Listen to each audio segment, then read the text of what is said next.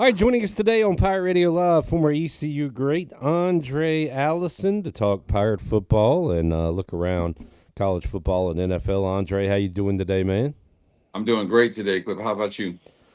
I'm good. I'm fired up. Got my team playing tonight against the Bears. People making it a big Jaden Daniels versus Caleb Williams matchup, so it's got Yeah. a big game feel to it. Last year, Commanders win on the Hail Mary, so should be a good one coming up tonight. I'm No, excited. that Hail Mary last year was unbelievable. Holy. So, He got like, that thing. let's talk about that for a moment. First of all, Andre, have you ever been involved in a Hail Mary one way or the other? No, no, no, no, no. I haven't. It's funny when I started playing, it felt like the Hail Mary wasn't even almost a thing. I don't know. But it was a big thing on video games. I can tell you that Yeah. growing up. But no, I haven't been a part of one in person. We don't see a ton of NFL Hail Marys. Aaron Rodgers seems like he's been involved in like three of them at this Yeah, point. yeah, you're Uh, right. my favorite Redskin in the 90s was a receiver named Michael Westbrook. I don't even know if you remember him. Oh yeah, for Okay. sure. All right. He had a good career, but they drafted him like fourth overall. Never kind of lived up to the hype. It turned out, like I read, that he just didn't really love football. Like he was just good at it, so he played, and but he was good. But anyway, Cordell Stewart threw him one at Colorado at Michigan, which is a famous play. I remember, and the highlight was it played over and over and over. Yep. It's just Yep. a part of the NCAA. They made a lot of money off that play. No doubt. Yep, you're right. But last year, and Jane Daniels got almost all the credit for it, and you got to give him credit. He threw it at least 65 yards in the air, but it was just I don't know if it was luck. There was a method to the madness, I guess, but it was a perfect tip right to Noah Brown, who's standing by himself. So, Andre, tell us about the preparation for that, because a lot of times it does look like luck, but you are trying to make something happen in those plays, right? Yeah, I mean, you actually practice that. That's part of the game plan for sure. You never know when it's gonna come down to a play like that. So you do strategize it. It's in the playbook for sure, absolutely. And yeah, you got people like at the outside. The guys will run to the back of the end zone, and then if it's two more receivers, you might have one like right on the goal line, or one might go to a pylon, just depending on what where you are, where the ball is lined up at.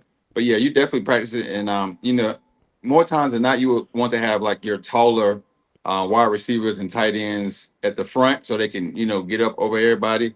And then, you have 6'1" guys like me in the back, diving, trying to catch it or getting the deflection. So, yeah, it's strategic for sure. Hopefully, it doesn't come down to that tonight. But man, it was awesome to watch last year. Andre, let's talk ECU. Pirates have had a few opportunities this year to kind of step up on the big stage, go in as an underdog, and try to go get a win. And every time they've had a chance, they've been in the game, but just could not get it done. Same thing happened the other night, and again, the Pirates just can't play a full game offensively. Last week it was 0 points in the first half. They finally wake up, get a lead in the fourth quarter, but cannot hold it, cannot win it in the end. So, what do you think of ECU Tulane the other night? Heartbreaker for sure. But yeah, I agree. We couldn't really put a whole full game together offensively. I do like how the defense play. I do like how we had those. We had the ability to create turnovers. But yeah, we just got to capitalize whenever we get the ball like that. That'd have been an easy way to kind of get a nice cushion. But also I could see that you look at how Tulane dispersed the ball amongst all those different receivers, and I felt like coming out of the game like that, that could be something to be motivated by as a player. If I'm on the team, I just want to see how we could just be more creative, spread it around, and be a little bit more unpredictable. So there's some good things I always take away from it for sure. But yeah, we were so close, and we should have won that just based on the turnovers alone, and that botched fake field goal that they did. We everything was just there for us to take, but we didn't take advantage of it.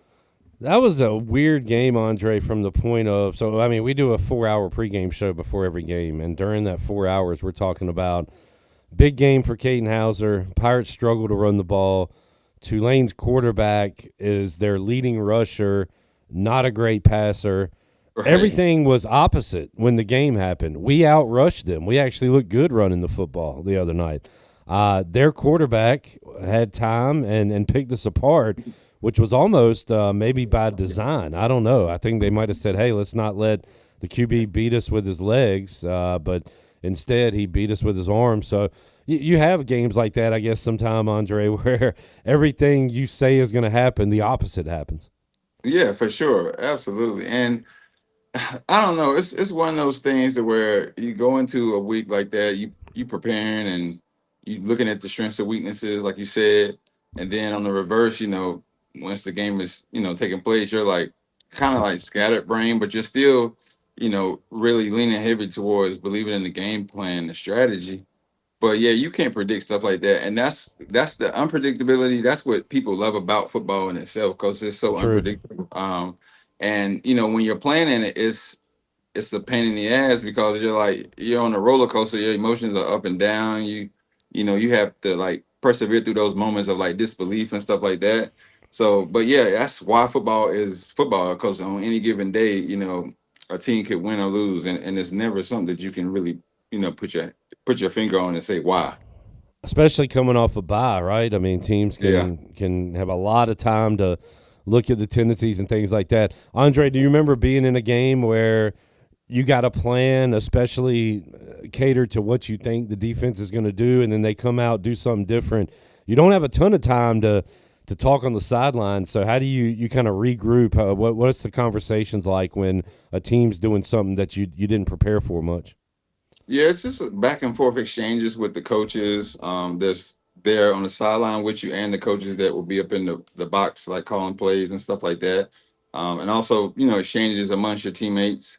Because you just want to keep that open line of communication and have the ability to like describe and tell people what you're seeing and things of that nature. But then I was just fortunate to have players on my team that could make plays. So in my junior year, I would kind of be like the key focus that teams would come in and try to stop.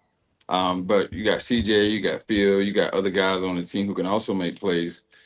It just made it a lot easier for me, and I was just so happy to be doing my due diligence. Like if it turned into a run game, I was happy to block on the outside and do things like that. So yeah, just staying open and keeping the lines of communication going.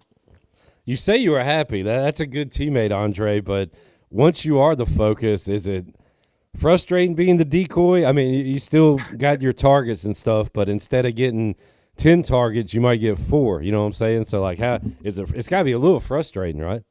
It is. It's frustrating, but then I think you enjoy like having that chess game with the defense or the opposition, especially when they're leaning so heavy on you. You got to almost take like that selfish approach because at the end of the day, it's about winning. Yeah. So I'm not. That's just not my personality type. Like just to be so, engulfed in myself. Like I'm a share. Like I don't mind sharing the headlines. I don't mind sharing whatever. As long as we get the win, and I know they can't do that every single game. And if you really are, good and confident in your skill set, it really don't matter anyway if they try to, W and things like that. So yeah, it's just all about having that mentality, staying locked in and focusing on that win. Aundrae Allison joining us. Andre, you say open line of communication with you and the coaches. That reminds me, I was riding around Saturday and heard LeVar Arrington on the radio telling a story about his final year in Washington. There was a coach that, and this stemmed from the incident with the Cardinals coach putting his hands on the running back that didn't cross the line with the ball, the end zone. And but he said he had no respect for the coach. The coach MF'd him, had no respect for him, and there was a point in the season where when that guy would call down to the sidelines, he wouldn't even talk to him, and and said it got that ugly. And then after the game, they had words, and just to put it in, because it was funny hearing LeVar tell it. The coach went in the training room and LeVar was getting his tape taken off and said, "If you don't answer the phone one more time when I called down," LeVar cut him off and said, "You're going to do what?" And it had gotten to that point. But and that's ugly, man. But like, could you did anything like that ever happen with you? Like, you probably didn't like all your coaches, but did you have enough respect for each other where you could at least communicate with each other? Yeah, I did have an experience similar. Honestly, so it's only a few people who know the story about like when I got released by the Vikings, it was just due to Brad Childress really not liking me as a human, as a person. It had nothing to do with performance and nothing. Everybody knew I was the best receiver on the team. It's the way he did it was very similar. So like in the pros, like if they have something against you, they will kind of like put you in situations in practice to make you look bad so that they can validate it on film to the team and to the media or whatever.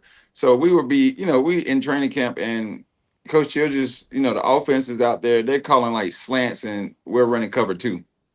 And it's like, okay, you can't do but so much, right? So then we get in film and Coach Childress is just like, he's just circling me out, like talking crazy. And I'm just like, everybody's looking like, okay, coach, what do you want him to do on a cover two corner? Plus, it's Cedric Griffin and Antoine Winfield out there. It's like, okay, It's a Pro the Bowlers. play Yeah. is dead. Okay, so yeah, he's just like blabbing, and it was just beyond disrespectful to the point to where, and I was like, I couldn't really say anything because like when you're talking about the player you was talking about, what's his name, Arrington. LeVar I mean, Arrington. Yeah. yeah, he was like a top 10 pick, Penn Right. State, all Yeah. this, like, $1 million contract. I'm a fifth round pick. Right. I'm behind guys I'm better than, but they're making more than me. So it's still like a politic game. Yeah. But yeah, Coach Childress was belligerent, man. Like Percy Harvin fought him. It's been several times in the locker room when players was about to jump on Coach Childress because he Hmm. was just like he kind of like was like authoritarian dictator as a coach. It's like very cringe, like how to explain it. But yeah, I can Man. relate to that, and it happens a lot in the pros. Not anymore, because that's what I like about the NIL. See, the NIL neutralizes that kind of behavior from coaches, so you can't really, be too big of a jerk because players are already coming in with a little bit of finances. And then they understand value more than ever now. So yeah, I've had an experience very similar. It could have came to blows. If I look back on it, if I would have been a top 10 pick, it probably would have got ugly in there for sure. That's yeah, interesting hearing you say that because Arrington, T.J. Hushmanzada was also on that show, and he Hmm. said he had a coach in high school talk crazy to him, and he said he didn't agree with it and he didn't put up with it, but he said that's how they were coached, back in the day with Hmm. screaming, yelling, cussing, and then again, it all kind of came back to the guy for Arizona, Gannon, I guess. Which I never even saw. I saw him yelling at the guy. I never saw the punch or the shove or whatever he did. But across Right. the board, I've heard players say, "Hey, man, you just can't do the physical stuff because what if a player goes back and does it at you? They're getting suspended, cut, Right. arrested, whatever. So Right. you just can't do that." No, for sure. But yeah, like you said, I think now looking back, that's why I say I got two sons, younger sons. They're not playing football because I don't like how the coaches get away with that. Like it's better ways of doing it. You got generals in the military who don't yell at their people up under them. They just got a constructive way of communicating it. Then it's football. Like I never understood that. Like it's the way that they would make it seem as if it's like you're doing like brain surgery or something. I mean, Right. eventually everybody's gonna get fired anyway. So it's like, why are you making this way harder than what it is? We've been playing this since we were kids, just drawing up plays in the backyard. So yeah, some of the coaches are definitely they're lazy when it comes down to understanding their position and how to lead men for sure. Aundrae Allison joining us. Aundrae, and you're wanted to ask you one more question about your particular circumstance with Minnesota. Did you have a position coach or anybody in your corner, or are they all saying Brad's the boss? If he says it this way, we got to go with it. You know what I'm saying? Okay, so what's funny about that is so when I got my pink slips, I go down to the office. I'm in training camp. And I get down there and I'm signing. I'm shocked. The GM walks in, Rick Spielman, and Yeah. he doesn't even know that Brad just did that. Oh wow. He thought I was playing. He was like, Andre, what are you doing out here? I was like, man, Brad just let me go. He's like, really? Like, you can't be sure. I'm like, yeah, he did. So that's just how he was. Nobody agreed. Nobody signed off on it. Like the Hmm. day before clip, my agent was there, Drew Rosenhaus, and we're talking at the practice. It was like, yeah, they love you. You're gonna get a lot of this, a lot of that. And the off season was the same thing. Antoine Winfield can tell you, Brian McKinney, they can tell you, they're like, Andre is the best receiver on the team, period.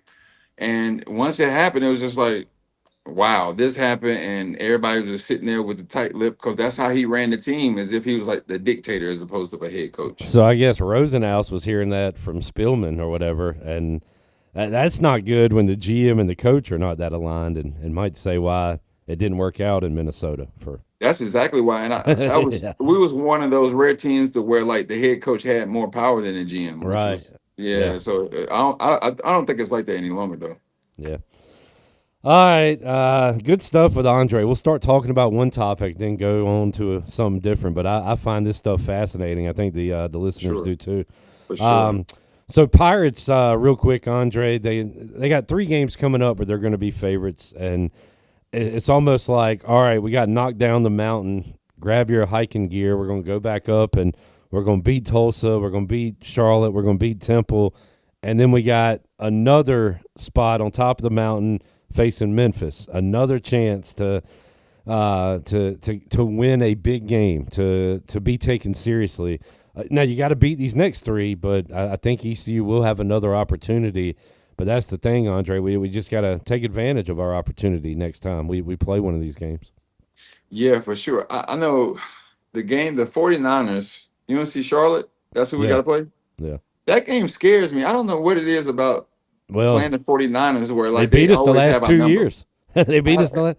Yeah, I can't overlook that game. I'm looking at that game on the schedule as a player. I'm double circling that because the last 2 years it's just and it's like lopsided losses as well. But yeah. then yeah, like getting to Memphis, that's definitely another opportunity where you can just replay all these big games that we had, like the BYU and Tulane and NC State game, and take some of those key takeaways and just take it into that week of preparation and just pretty much crystallizing things and forming it to where it's favorable to us to where we can put a complete game together. So that's really the good thing about having losses like that early on, because all those losses were really was like a play or two that really separate the game. Definitely. So that's something to really hang your hat on and feel confident about because you still could finish the season really strong.